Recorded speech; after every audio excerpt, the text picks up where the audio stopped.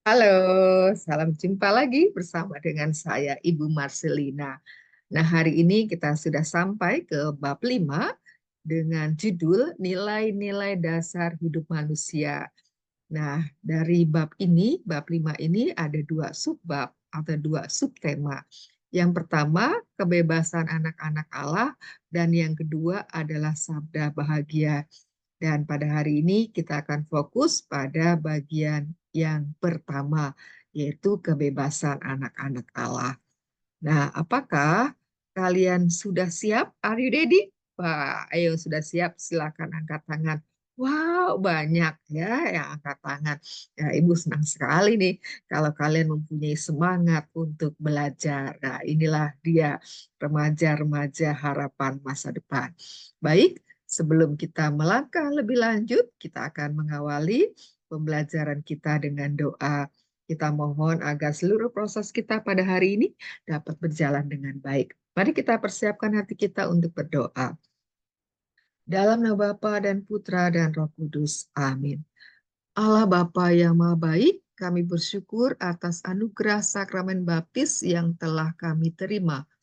Melalui sakramen baptis, Engkau lahirkan kami kembali sebagai putra-putrimu. Melalui baptisan, kami telah digabungkan dalam gereja Katolik yang satu, kudus, katolik, dan apostolik.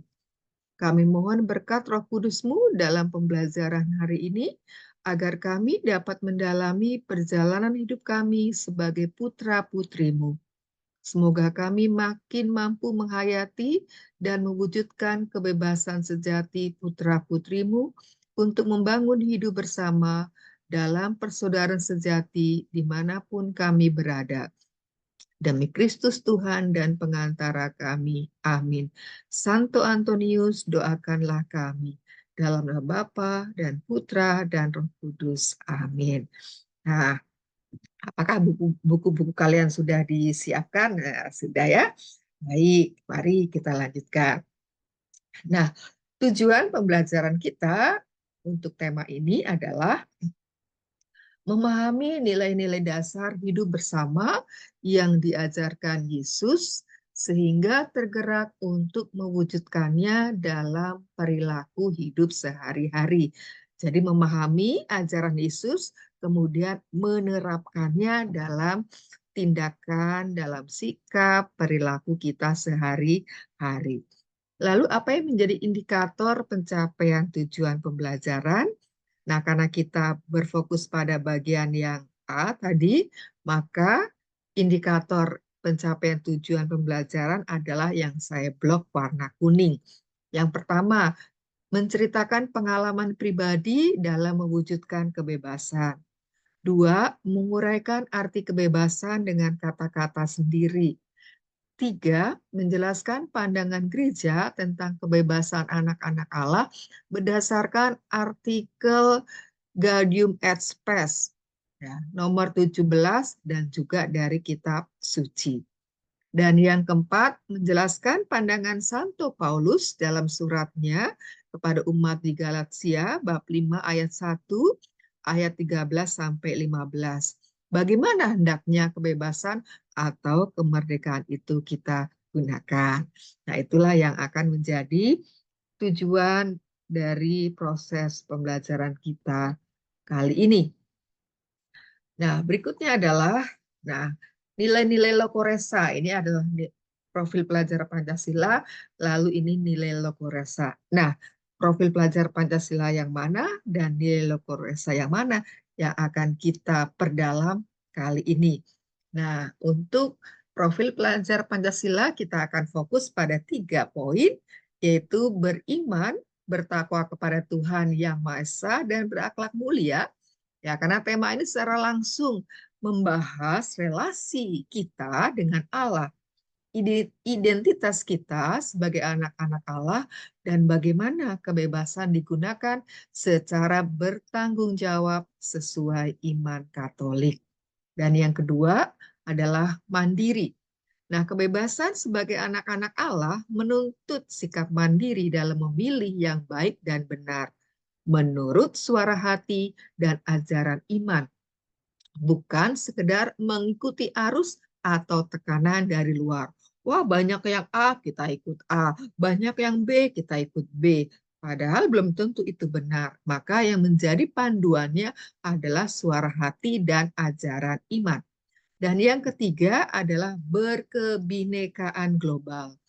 Nilai ini muncul karena sebagai anak-anak Allah, manusia diajak untuk menghargai sesama tanpa memandang latar belakang, serta hidup dalam semangat kasih, toleransi, dan keterbukaan terhadap perbedaan. Itu profil pelajar Pancasila. Kemudian nilai-nilai Dehonian atau nilai Lokoresanya adalah, nah, kita akan berfokus pada dua nilai ini, yaitu love atau cinta. Ya, kebebasan sejati sebagai anak-anak Allah harus dilandasi oleh cinta. Cinta menjadi dasar dalam mengambil keputusan, memperlakukan sesama, dan menjalani hidup sesuai kehendak Allah. Dan yang kedua, saya salah menulis ini yang kedua ya, readiness atau kesiapsiagaan. Itu sebagai anak-anak Allah, manusia dipanggil untuk siap menanggapi panggilan Allah dengan kebebasan yang bertanggung jawab. Siap menghadapi tantangan dan siap memilih kebaikan meskipun sulit. Jadi dua nilai Lokoresa yang akan kita perdalam ya. Love dan readiness. Nah, lalu penilaiannya apa? Ya, penilaian saya akan melakukan proses diskusi ya, melalui proses diskusi, juga presentasi, kemudian ada tes formatif dan juga ada tes sumatif. Ini untuk penilaiannya. Kemudian berikutnya, nah, saya ini punya pertanyaan. Apa ya yang membuat kalian bahagia? Nah, kebebasan juga ada hubungannya dengan kebahagiaan. Apa yang membuat kalian bahagia? Lalu nilai-nilai apa saja yang perlu kalian miliki untuk membangun hidup bersama? Boleh yang sudah punya jawaban. Apa? Wah, banyak nih yang merasa bahagia. Wah, lihat gambar-gambar ini kan memancarkan orang-orang yang berbahagia. Kemudian nilai-nilai apa saja yang perlu kalian miliki untuk membangun hidup bersama? Ya, apa? Coba apa? Betul sekali ya.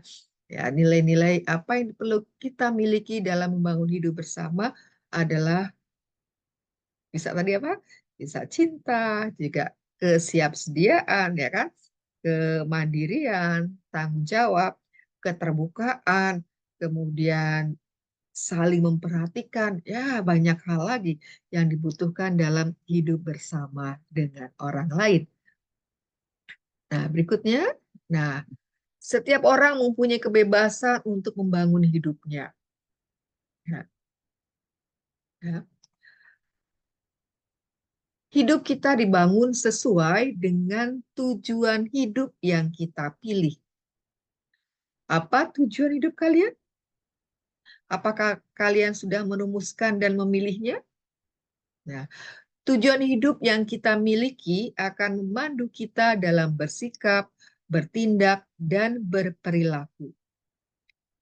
Tujuan hidup dapat kita rumuskan dengan menemukan apa yang kita pandang berharga dalam kehidupan kita. Orang yang berorientasi pada hal-hal materi sebagai hal yang paling berharga akan memilih untuk membangun hidupnya demi pemenuhan materi. Sementara itu, bagi orang yang memandang hidup itu bernilai dan bisa berguna atau bermanfaat, akan mengusahakan diri sepenuhnya, ya, dapat memberi manfaat bagi orang lain. Jadi tidak hanya diri sendiri yang menjadi ukuran ya. Nah, sebagai orang beriman, kita perlu membangun hidup untuk tidak berorientasi pada materi atau manfaat, melainkan pada nilai-nilai dasar hidup yang telah diperjuangkan oleh Yesus sebagai teladan kita. Nah, Yesus di masa mudanya telah mampu menemukan dan memilih tujuan hidupnya.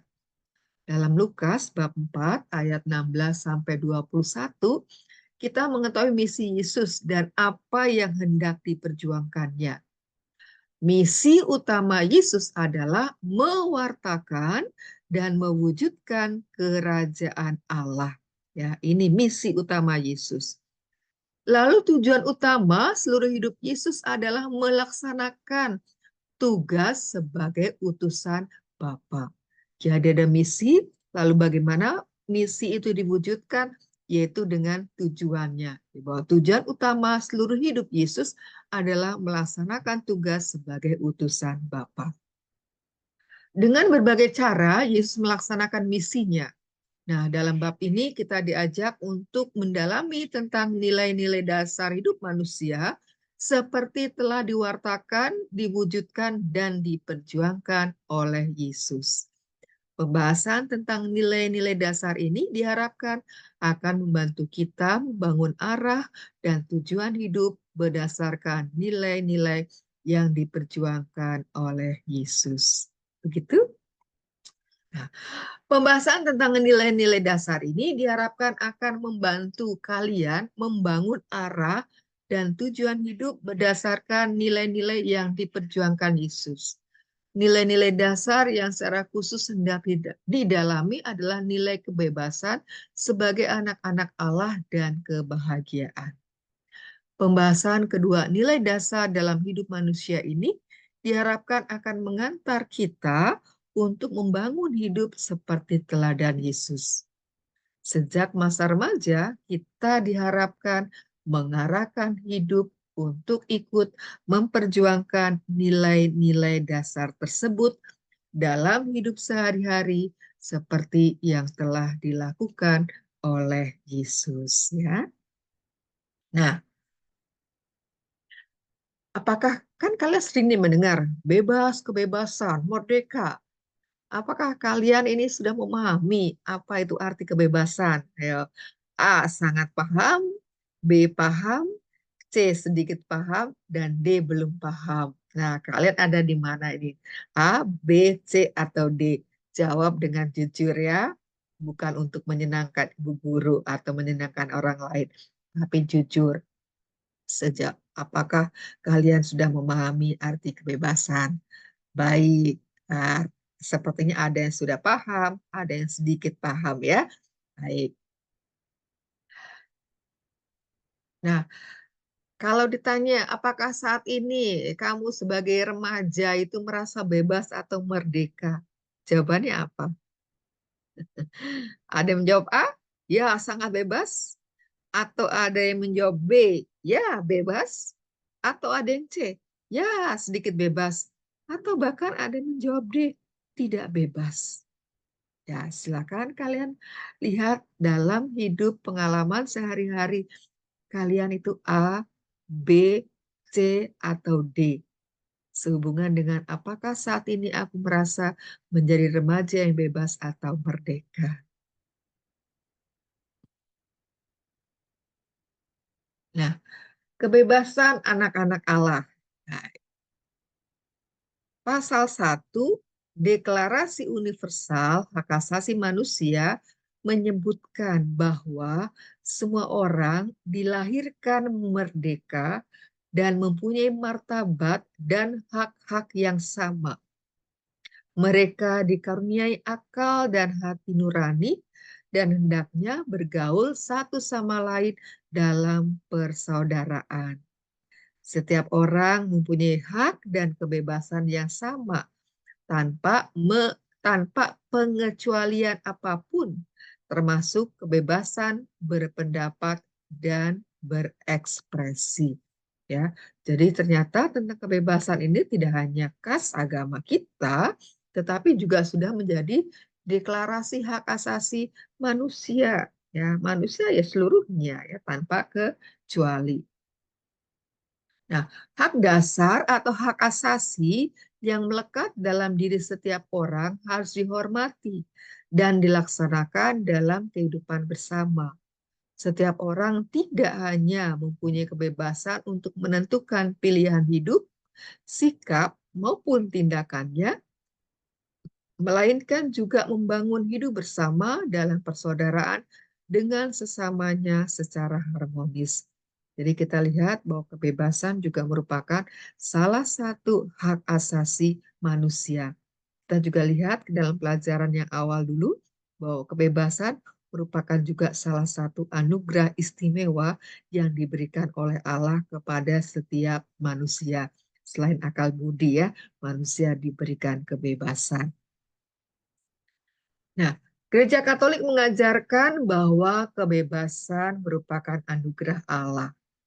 Secara lengkap, ajaran gereja tentang kebebasan dapat kita temukan dalam dokumen Konsili Vatikan kedua tentang gereja di dunia modern, artikel 17. Masih ingat kapan dilaksanakannya Konsili Vatikan kedua? Betul. Tahun 1962 sampai tahun 1965. Dan Katekismus Gereja Katolik atau yang biasa disingkat dengan KGK, ya, artikel 1731 sampai 1733. Nah, sesuai dengan martabatnya, manusia beroleh kemampuan untuk bertindak menurut pilihan yang sadar dan bebas, bukan karena paksaan dari luar. Bagi orang Katolik, kebebasan harus ditempatkan sebagai sarana untuk makin dekat dengan Allah dan untuk mengabdi kepadanya. Kebebasan sejati pada dasarnya merupakan kebebasan sebagai anak-anak Allah. Nah, kebebasan sejati sebagai anak-anak Allah inilah yang diharapkan dapat kalian jadikan nilai dasar dalam membangun hidup bersama. Melalui pelajaran ini, kalian diajak untuk menggali pengalaman dalam mewujudkan kebebasan sejati sebagai anak-anak Allah dalam hidup kalian. Selain itu, kalian juga diajak mendalami lebih lanjut ajaran gereja, sehingga kalian diharapkan dapat membentuk dan menjadi pelopor pejuang kebebasan sejati dalam kehidupan sehari-hari. Next. Nah, ini ada diskusi kelompok, tapi ya kalau dengan sarana seperti ini kita tidak laksanakan, tapi kalau di kelas kita laksanakan ya. Dan kalian tuh punya waktu 15 menit dalam kelompok untuk menjawab beberapa pertanyaan. Nah, kalau yang pertama adalah membuat apa? Ya, membuat yel-yel ya. Ini kita lewati saja, ini kelompok juga kita lewati ya. Kalau kita ketemu tatap muka, ini juga penampilan yel-yel kita lewati. Dan saya sih nanti kalau kita di kelas, musim kita laksanakan di kelas, saya sih ingin mendengar yel-yel kalian buat. Karena selama ini ibu itu mendengar kalian tuh kreatifnya luar biasa. Kadang-kala membuat tuh seperti yang tidak dibayangkan. Wow gitu ya. Nah, mudah-mudahan dalam pembuatan yel kali ini juga bisa lebih wow. Bisa kan? Bisa. Nah, ini kita lewati ya. Karena ketika nanti dilaksanakan akan ada pilihan yel-yel yang terbaik menurut pilihan. Nah, di sini kita juga diajarkan nanti bagaimana saya menggunakan kebebasan saya untuk memilih ya, tanpa dipengaruhi oleh suara kiri dan kanan. Tidak dipengaruhi oleh unsur senang dan tidak senang, atau karena dia teman saya dia dekat, enggak. Nanti kita belajar untuk objektif. Nah, kebebasan juga berhubungan dengan hal-hal yang bersifat objektif. Ya kan tadi kan kita dengar tindakan kita bukan karena keterpaksaan atau dipaksa ya. Nah, ini juga kita lewati karena ini nanti kalau proses itu dilaksanakan, kita akan ada ini ya refleksi atas kegiatan tersebut. Nah, ini juga tugas kelompok kita lewati, ini kita lakukan kalau kalian kita bertemu di kelas. Nah, ada pertanyaan-pertanyaan, ini semuanya ada di halaman 159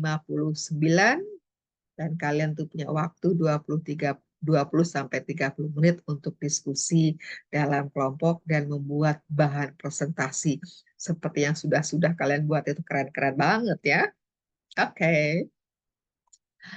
Nah, itu nanti kalau presentasi urutannya seperti ini ya, ada salam membuka, perkenalan siapa, kerja apa, lalu penyajian materi, tanya jawab, kesimpulan akhir, salam penutup.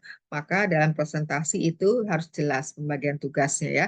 Jangan lupa judul ditulis, kemudian disertakan foto anggota-anggota kelompok supaya hasil karya itu memang jelas ini loh, karya kelompok A, ini kelompok B, dan terlihat foto-fotonya itu. Siap kan? Siap, Bu. Keren. Nah, kita sekarang akan langsung mendalami pandangan iman Katolik tentang kebebasan anak-anak Allah. Ya, bersumber pada, ayo Galatia, siapa yang menulis? Ya, tadi di bagian awal Bu Guru sebutkan, siapa yang menulis surat Galatia? Betul, Santo Paulus ya. Ya, Santo Paulus menulis surat kepada umat di Galatia. Bab 5 ayat 1 dilanjutkan ayat 13 sampai 15, lalu dari Gadung Expres artikel 17 dan juga dari Katekismus Gereja Katolik. Nah, kita lihat dari Galatia. Ini Bu Guru sengaja tuliskan lengkap ya. Walaupun kita akan lihat yang di blok warna kuning itu yang khusus ya. Nah, ini Bu Guru tuliskan lengkapnya. Supaya apa? Supaya kita juga punya wawasan yang lengkap, tidak terputus-putus. Ya, kita akan lihat bahwa kemerdekaan Kristen. Ayat 1. Coba siapa bisa ada bantu jawab? Jawab. Bantu baca? Oke. Ntar ya sambil Bu Guru pasang kabelnya karena sudah mulai berkurang baterainya. Ya, kita baca ya ayat 1 ya. Supaya kita sungguh-sungguh merdeka, Kristus telah memerdekakan kita. Karena itu berdirilah teguh dan jangan mau lagi dikenakan kuk perhambaan. Jelas ya. Supaya kita sungguh-sungguh merdeka, Kristus telah memerdekakan kita. Ya. Karena itu berilah teguh dan jangan mau lagi dikenakan kuk perhambaan. Nah, lalu ayat 13 dan 15-nya. Nah, ayat 13 sampai 15. Saudara-saudara, memang kamu telah dipanggil untuk merdeka, tetapi janganlah kamu mempergunakan kemerdekaan itu sebagai kesempatan untuk kehidupan dalam dosa. Melainkan layanilah seorang akan yang lain oleh kasih.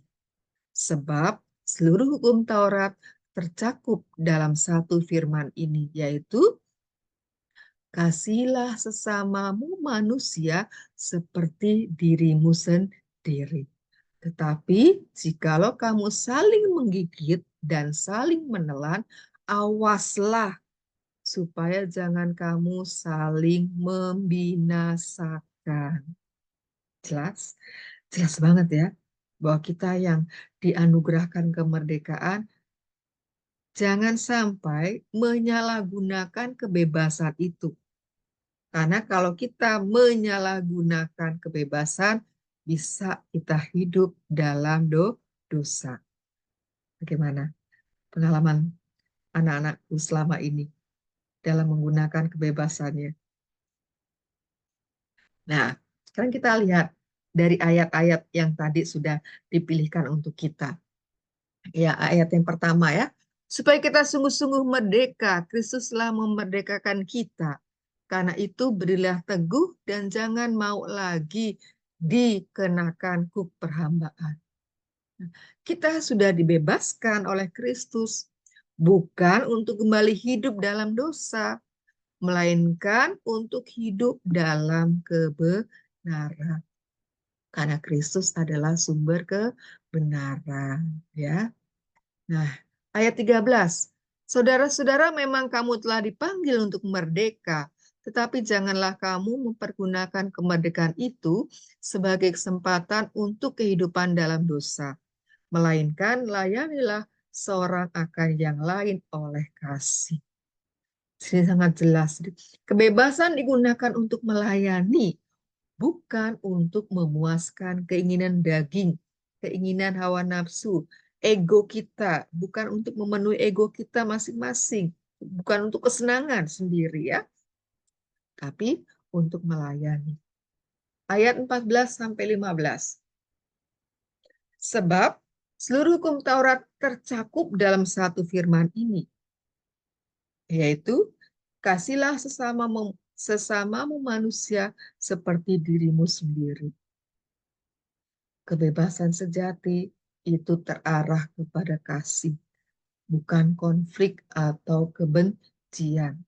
Maka jelas perintahnya, kasihilah sesamamu manusia seperti dirimu sendiri. Kita kan sayang dengan diri kita. Maka kita melakukan banyak hal sebagai tanda saya sayang terhadap diri kita.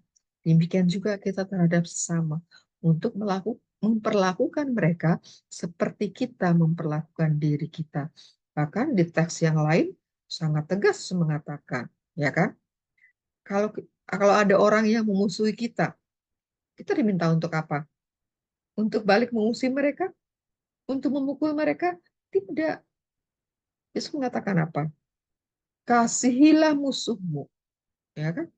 Dan berdoalah untuk orang-orang yang memusuhi kita. Jadi kita diajak bukan membalas ya, kebencian dengan kebencian, permusuhan dengan kemusuhan, tapi untuk membalas dengan kasih. Karena kebebasan sejati terarah kepada kasih, bukan konflik atau kebencian. Maka kalau dalam diri kita ya inginnya itu selalu rukun, selalu damai, ya dengan satu dengan yang lain, berarti dalam diri kita benih-benih kebebasan sejati itu sungguh-sungguh terasa. Tapi kalau dalam keseharian kita tuh senangnya inginnya berkonflik, musuhan, ngata-ngatain teman, nah berarti kita masih jauh nih dari kebebasan sejati. Sepertinya menyalahgunakan tadi ya, menyalahgunakan kemerdekaan. Dan itu bukan yang menjadi nilai-nilai dasar hidup beriman Katolik. Ya. Lalu dari Gaudium et Spes, kalau tadi dari ajaran Santo Paulus dalam suratnya kepada umat di Galatia, sekarang kita lihat bagaimana ajaran gereja ya melalui Konsili Vatikan kedua yang menghasilkan salah satu dokumennya yaitu GS Gaudium et Spes artikel 17. Keluhuran kebebasan. Adapun manusia hanya dapat berpaling kepada kebaikan bila ia bebas. Kebebasan itu oleh orang-orang zaman sekarang sangat dihargai, serta dicari penuh semangat, dan memang tepatlah begitu. Tetapi sering pula orang-orang mendukung kebebasan dengan cara yang salah dan mengartikannya sebagai kesewenang-wenangan untuk berbuat apapun sesuka hatinya, juga kejahatan. Sedangkan kebebasan yang sejati merupakan tanda yang mulia gambar Allah dalam diri manusia. Kita sebagai citra Allah ya. Sebab Allah bermaksud menyerahkan manusia kepada keputusannya sendiri, supaya ia dengan sukarela mencari penciptanya dan dengan mengabdi kepadanya secara bebas mencapai kesempurnaan sepenuhnya yang membahagiakan. Jadi ingat tadi ya tuh kalimat pertama. Adapun manusia hanya dapat berpaling kepada kebaikan bila ia bebas. Ya, jadi melakukan kebaikan bukan karena didorong kiri kanan, bukan karena diperintah, bukan karena terpaksa atau dipaksa, tapi memang lahir dari diri. Ya, nah kalau orang sampai mampu berbuat demikian, ya inilah yang dikatakan bahwa manusia dapat berpaling kepada kebaikan bila ia bebas. Ya, dan tadi di bagian terakhir juga kan. Sebab Allah bermaksud menyerahkan manusia kepada keputusannya sendiri. Itu Allah memberi kebebasan kepada manusia untuk memutuskan. Ya. Nah, sehubungan ini dengan kebebasannya, manusia diarahkan untuk mencari siapa sih yang menciptakan saya? Siapa yang telah berbuat banyak menganugerahkan ini, menganugerahkan itu dalam hidup saya. Dan akhirnya setelah mengenal siapa penciptanya, kita mengabdi kepada Sang Pencipta. Lagi-lagi secara bebas. Ya. Mengabdi secara bebas dan pada tujuan akhirnya adalah mencapai kesempurnaan sepenuhnya yang membahagiakan. Jadi kita lihat bahwa kebahagiaan itu menjadi tujuan akhir. Kebahagiaan di sini bukan kebahagiaan duniawi ya. Kebahagiaan ketika kita bersama, kita bersatu dengan Allah. Tidak terpisahkan dengan Allah. Maka tadi adalah ya, kebaikan dan kebenaran itu selalu beriringan ya. Maka martabat manusia menuntut supaya ia bertindak menurut pilihannya yang sadar dan bebas. Artinya digerakkan dan didorong secara pribadi dari dalam. Dan bukan karena rasangan hati yang buta atau semata-mata paksaan dari luar. Ya. Adapun manusia mencapai martabat itu bila ia membebaskan diri dari segala penawanan nafsu-nafsu. Mengejar tujuannya dengan secara bebas memilih apa yang baik serta dengan tepat guna dan jerih payah yang tekun mengusahakan sarana-sarana yang memadai. Kebebasan manusia terluka oleh dosa. Maka hanya berkat bantuan rahmat Allah berkat bantuan rahmat Allah mampu mewujudkan secara konkret nyata arah gerak hati kita kepada Allah. Adapun setiap orang harus mempertanggungjawabkan perih hidupnya sendiri di hadapan tahta pengadilan Allah sesuai dengan perbuatannya yang baik maupun yang jahat. Gak bisa kita minta tolong kepada orang tua, kepada guru, pada orang lain untuk mempertanggungjawabkan perilaku hidup kita. Di hadapan Allah nanti kita dimintai pertanggungjawabannya atas segala perbuatan yang telah kita lakukan. Ingat kisah pengadilan terakhir ketika Yesus memisahkan antara kambing dengan domba. Kambing itulah yang hidup dalam dosa, yang hidup menyalahgunakan kebebasan. Sementara domba adalah yang dalam hidupnya selalu tekun mengusahakan melakukan kebaikan dengan cara yang benar, sebagaimana yang Tuhan kehendaki. Dan dalam pengadilan terakhir kita lihat, bukan dalam hal-hal perkara besar, ya kan? Memberi makan kepada orang yang lapar, memberi minum kepada haus, yang sakit kita tengok. Sederhana tindakan itu. Tapi harus dilakukan dengan apa? Bebas. Betul, dengan bebas. Bukan karena terpaksa, bukan karena ingin dilihat orang dan dipuji oleh orang. Nah, kesimpulan dari artikel 17 dari Gaudium et Spes ini adalah kebebasan sejati sebagai anak-anak Allah menurut Gaudium et Spes artikel 17 dan Katekismus Gereja Katolik KGK artikel 1731 1733 merujuk pada kemampuan manusia untuk secara sadar dan sukarela memilih yang baik sesuai dengan kehendak Allah dan dengan demikian menjadi semakin serupa dengan Allah. Manusia adalah makhluk yang diciptakan menurut gambar Allah, yang memiliki akal budi dan kehendak bebas, serta dipanggil untuk mencari dan mencintai yang benar dan yang baik. Kebebasan bukan sekedar bebas memilih apa saja, tetapi terarah pada kebaikan sejati. Kebebasan sejati berarti manusia tidak tunduk pada dorongan buta atau tekanan luar, tetapi bertindak atas dasar kesadaran dan tanggung jawab. Menyatakan bahwa manusia adalah pribadi yang bertindak menurut kesadaran dan kehendak bebas dan bertanggung jawab atas perbuatannya. Nah, ini KGK 1731 ya. Tadi walaupun kesimpulannya di awal bisa ya terjadi. Nah, ini KGK 1731. Kebebasan adalah kemampuan yang berakar dalam akal budi dan kehendak untuk bertindak atau tidak bertindak, untuk melakukan ini atau itu, supaya dari dirinya sendiri melakukan perbuatan dengan sadar.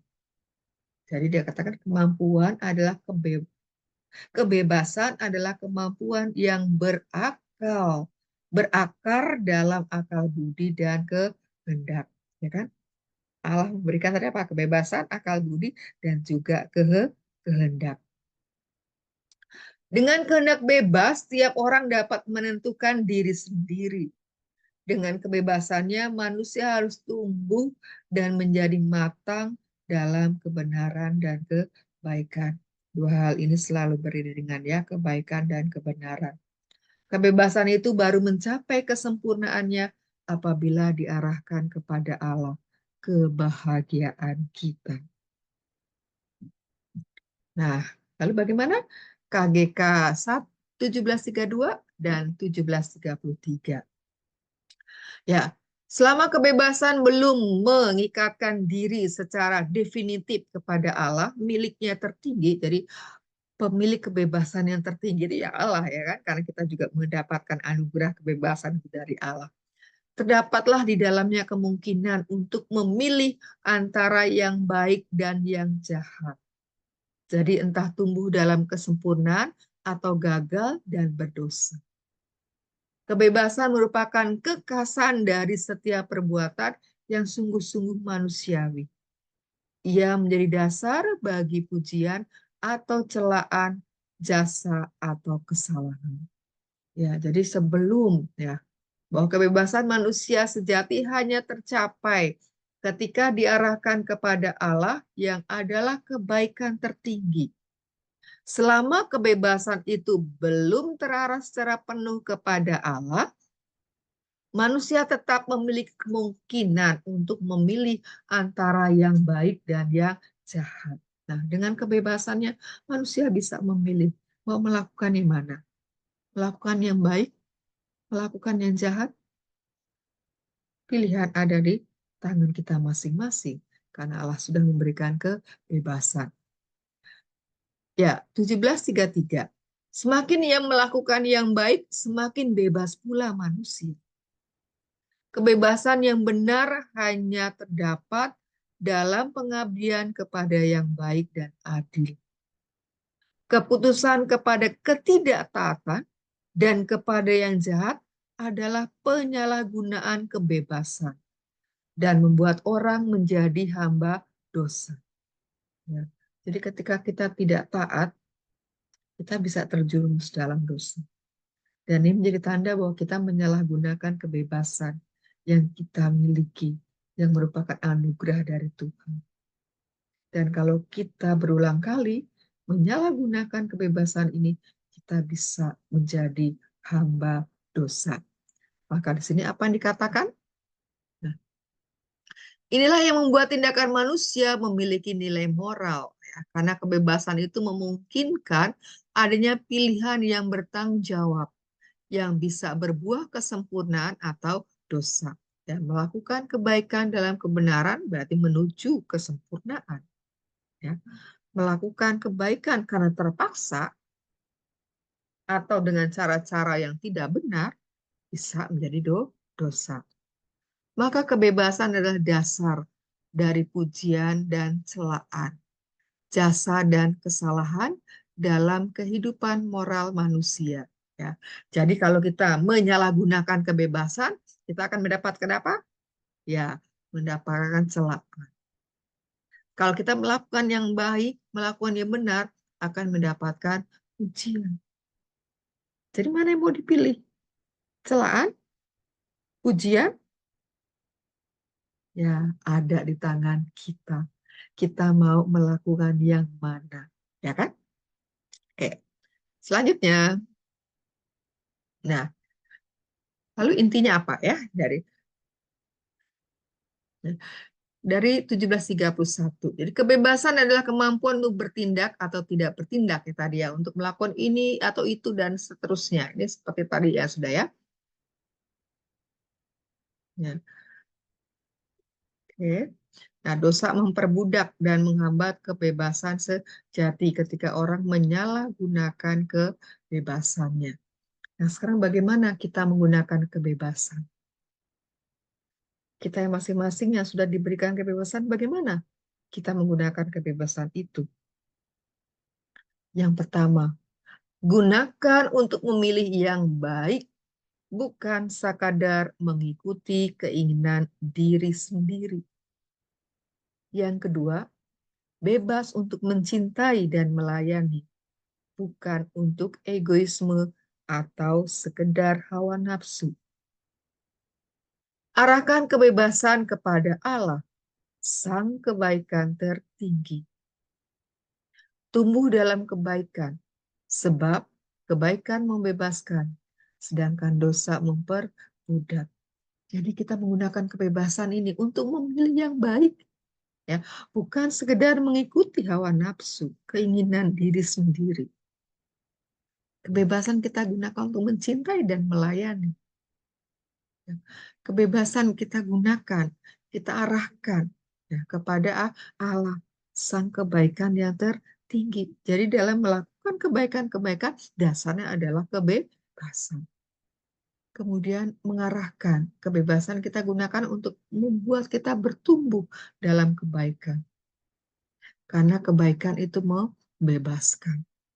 Sedangkan dosa itu memperbudak, memperhamba kita. Nah, sekarang apa artinya tadi? Gunakan untuk memilih yang baik, bukan sekedar mengikuti keinginan diri sendiri. Ini contohnya ya. Contoh konkretnya. Nanti kalian bisa mencari contoh-contoh lain lagi. Ya. Menolak ikut arus gosip di tempat kerja, di sekolah, di masyarakat, atau dimanapun ya. Walaupun itu menarik ya. Kalau gosip itu menarik, katakan gosip digosok maksip ya. Atau menyebarkan hoax di media sosial. Meskipun itu tampak menyenangkan, ini waspada. Ya. Seringkali kita mudah jatuh dalam gosip, membicarakan kelemahan-kelemahan orang lain. Dan ini kecenderungan, ya, kecenderungan manusia. Lalu menyebarkan hoax atau menerima WA, berita, tanpa konfirmasi, lalu kita sebarkan. Ternyata berita itu bohong. Karena saya pernah punya pengalaman, ada berita itu, saya tidak baca lagi, tidak cek lagi, lalu saya share. Ternyata beberapa waktu kemudian mengatakan berita ini hoax. Ada rasa bersalah. Karena apa? Turut menyebarkan berita tidak benar. Maka ketika kita mendapatkan berita, hati-hati, dicek dulu kebenarannya. Kan di televisi juga ada tuh kan siaran yang mengatakan ini hoax atau fakta. Jadi ada macam-macam rumor, macam-macam berita lalu dicek. Ternyata kebanyakan itu rumor ya atau hoax ya. Biasanya sih bumbu-bumbunya seru-seru ya, judul-judulnya tuh seru-seru. Lalu yang kedua, memilih jujur ya dalam ujian atau dalam pekerjaan, ulangan. Meskipun ada kesempatan untuk mencontek atau bertindak curang. Yang ketiga, bisa mengatur waktu dengan bijak, lebih memilih belajar, berdoa, atau membantu orang tua daripada rebahan berjam-jam tanpa arah. Dan contoh-contoh lain bisa anak-anak temukan. Nah, yang kedua, bebas untuk mencintai dan melayani, ya, bukan egoisme atau hawa nafsu. Contoh tindakannya apa? Pertama, mengunjungi teman yang sedang sakit, alih-alih hanya mencari hiburan untuk diri sendiri. Ya. Lebih baik menjenguk teman yang sakit daripada hanya mencari kesenangan untuk diri sendiri. Dua, menjaga kemurnian diri atau mengendalikan dorongan seksual, termasuk di media sosial dan hubungan, sebagai bentuk kasih dan hormat terhadap sesama. Juga dengan perkataan kita. Kalau kita ngomong jorok-jorok, ngomong yang kotor-kotor, ya kita sebenarnya merusak kemurnian diri kita. Ingat, tubuh kita adalah bait Roh Kudus, tempat yang suci. Maka jauhkan hal-hal yang bertolak belakang dengan kemurnian. Yang ketiga, meluangkan waktu membantu orang tua atau teman yang kesulitan, meskipun itu mengorbankan waktu, mungkin hiburan pribadi kita, ya waktu senggang kita.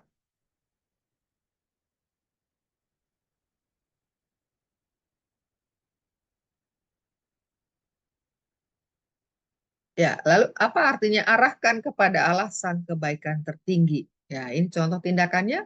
Berdoa sebelum mengambil keputusan penting dalam hidup atau sebelum bertindak. Siapa yang punya kebiasaan berdoa? Ya, mau makan, mau tidur, bangun tidur, mau bepergian, mau belajar, atau berdoa pada saat-saat khusus? Ya, banyak ya. Dua, membaca kitab suci atau refleksi rohani tiap hari. Siapa yang punya kebiasaan saat teduh ini? Atau yang mendengarkan bacaan-bacaan kitab suci, mendengarkan renungan. Kan sekarang banyak sekali renungan, baik yang tertulis maupun yang berupa video atau berupa rekaman, sehingga bisa kita dengarkan. Ya.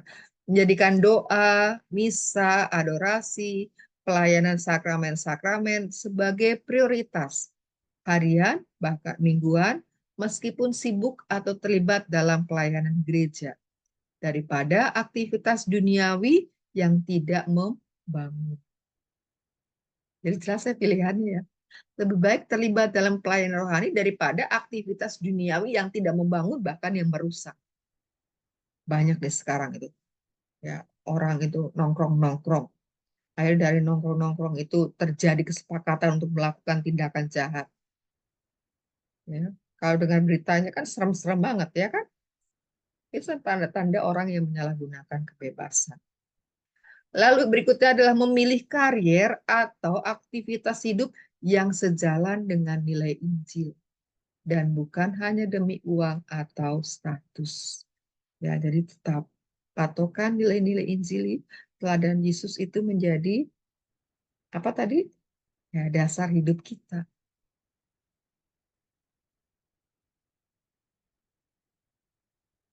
Ya, lalu 4, tumbuh dalam kebaikan. Sebab kebaikan membebaskan, dosa itu memperbudak. Dan contoh tindakannya adalah rutin melakukan pemeriksaan batin dan menerima sakramen tobat untuk memperbaiki diri, melatih kebiasaan baik seperti disiplin waktu, kerja keras, dan pengendalian diri agar tidak dikuasai kemalasan atau nafsu. Ya, ini contoh konkret dari yang ke poin yang keempat. Nah, untuk dipahami, Bu Guru tidak akan baca, nanti kalian bisa baca sendiri ya, ada di dalam buku ini, buku biru, buku yang kita gunakan. Ya, kalian nanti bisa lihat di bab 5, bagian untuk dipahami, kita lewati saja. Ini juga masih itu, ini masih untuk bagian untuk dipahami, ini juga iya. Nah, sekarang untuk direnungkan. Ya. Kalau ada kalimat ini ya, ini kutipan dari KGK 1733. Masih ingat KGK itu apa? Apa? Katekismus Gereja Katolik, betul. Ya, untuk direnungkan. Makin ia melakukan yang baik, makin bebas pula manusia. Kebebasan yang benar hanya terdapat dalam pengabdian kepada yang baik dan adil. Jadi tidak ada tempat bagi kejahatan untuk orang-orang yang bebas. Gimana anak-anakku merasa bebas, yang sungguh-sungguh bebas, atau bebasnya masih terpaksa, atau masih mengartikan kebebasan itu bebas dari tugas, bebas dari mengerjakan pekerjaan ini itu di rumah, bebas dari segala aturan, bebas dari segala teguran. Masih mengartikan kebebasan seperti ini? Nggak lagi ya. Berarti kalau mengartikan seperti ini, belum mengalami kebebasan yang sesungguhnya. Karena kebebasan yang sesungguhnya adalah bebas untuk melakukan tindakan atau untuk tidak melakukan tindakan. bukan bebas dari ya, tapi bebas untuk. Ya, lebih positif ya kan, bukan sesuatu yang pasif.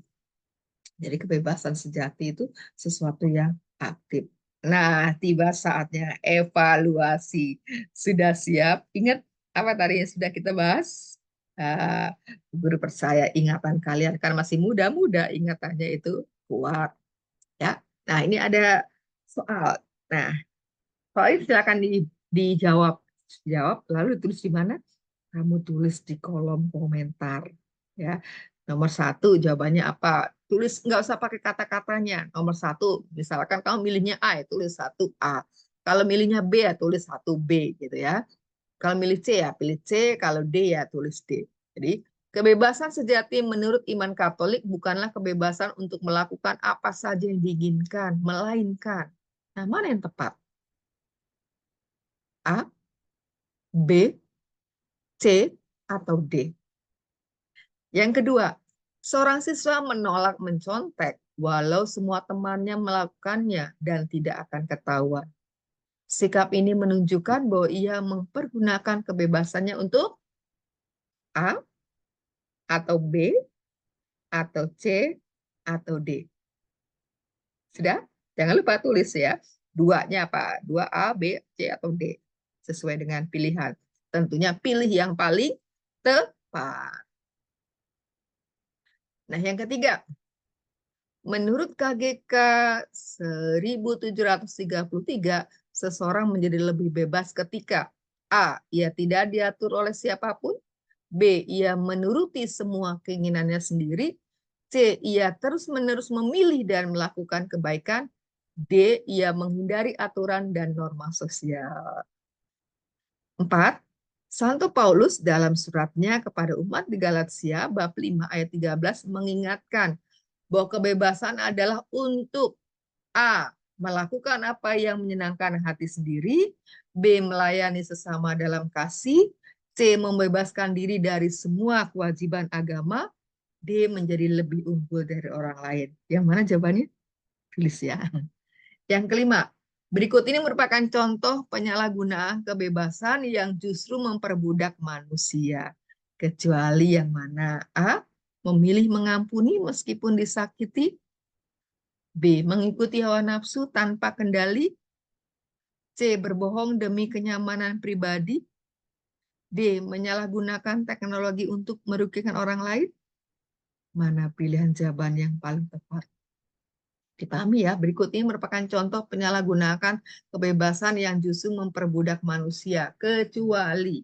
Nah, jadi harus cermat, ya, cermat untuk memilih.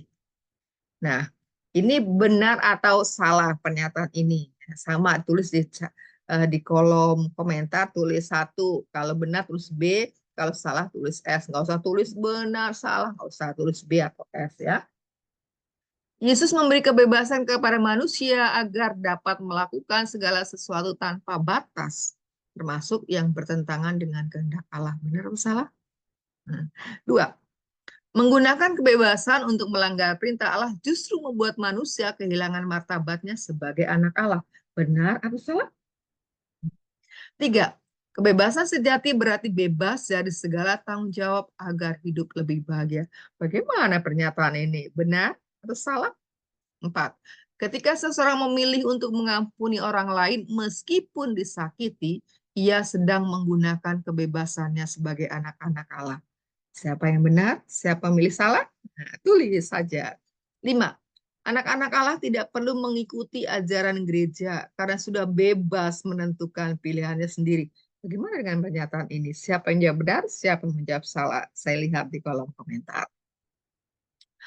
Nah, setelah proses kita lewati ya, apakah kamu yang baca, kalian yang baca ya, apakah aku telah menjalani proses belajar dengan sungguh-sungguh? Kalian jawab sendiri, refleksikan sendiri, lihat dari seluruh proses. Apakah mengikuti dengan sungguh-sungguh atau main-main? Atau masih memikirkan hal yang lain? Oke? Gimana? Sudah belajar sungguh-sungguh? Banyak ya yang belajar sungguh-sungguh. Lalu Apakah aku dapat memahami materi tentang kebebasan anak-anak Allah yang telah dipelajari dalam pembelajaran hari ini? Ada siapa yang mengatakan paham? Yang sangat paham, paham, paham sedikit, belum paham. Nah, sekarang sudah ada perubahan atau masih tetap? Ya, nanti ya kalau Bu Guru tanya, gimana jawabannya? Itu tadi kalau sudah bisa menjawab 5 pertanyaan PG, 5 pertanyaan benar salah, ya sedikit banyak bisa memberi gambaran apakah sebenarnya kalian sudah memahami atau belum. Nah, kalau itu, kalau masih ada kesulitan, bagian mana yang sulit? Bagian mana? Kita tulis ya. Oke. Nah, sebagai aksinya adalah salah satu aksinya adalah mewujudkan kebebasan yang penting di masa sekarang adalah dengan ekspresikan kebebasan melalui media sosial. Nggak, saya jarang deh kalau dari antara kalian yang tidak aktif dalam media sosial, mungkin satu dua ada ya karena belum diperbolehkan orang tua mungkin. Ya, pilihlah satu aksi terkait penggunaan kebebasan berpendapat dan berekspresi melalui media sosial secara bertanggung jawab. Jadi silakan kalian membuat karya sebebas-bebasnya. Tapi ingat apa tadi? Kebebasan yang bertanggung jawab. Ya, kebebasan yang terarah kepada kebaikan dan kebenaran. Ya, bukan kebebasan ya dari hal-hal ini lalu demi kesenangan sendiri, bukan ya?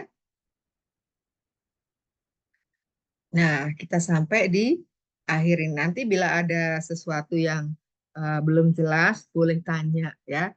Jadi Bu Guru tunggu jawaban kalian ya untuk tuliskan di kolom komentar. Tadi ya, ada 5 soal pilihan ganda dan 5 soal benar salah ya. Bu Guru tunggu jawabannya. Apakah akan dilihat? Jelas dong jawabannya akan dilihat ya. Orang kalian kan sudah belajar, sudah mau menunjukkan nih apakah kalian memahami apa yang kita pelajari bersama? Dan Bu Guru kan juga ingin tahu juga, ya kan? Oke. Jadi dijawab dengan sungguh-sungguh ya. Mari kita tutup perjumpaan kita dan pada pertemuan berikutnya kita nanti akan membahas tentang kebahagiaan, ya, kebahagiaan sebagai anak-anak Allah.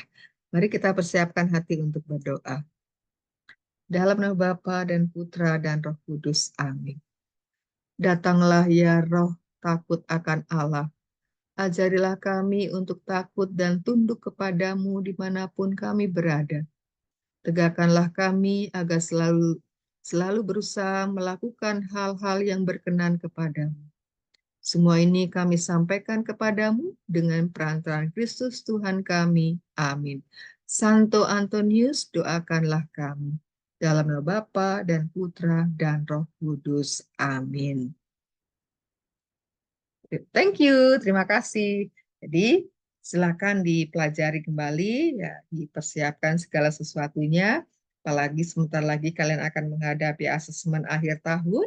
Ya, selamat mempersiapkan diri, selamat berjuang, dan semoga semua kalian berhasil.